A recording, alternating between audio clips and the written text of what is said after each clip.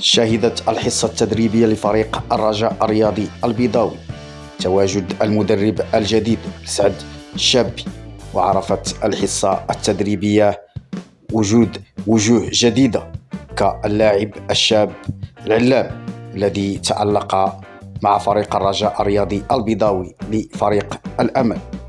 وهذه التدريب شهدت الجدية والحماس والطموح الذي يتميز به المدرب سعد الشابي، الذي سبق وحقق عدة ألقاب مع فريق الرجاء الرياضي البيضاوي في فترة قصيرة قاد فيها الرجاء الرياضي البيضاوي.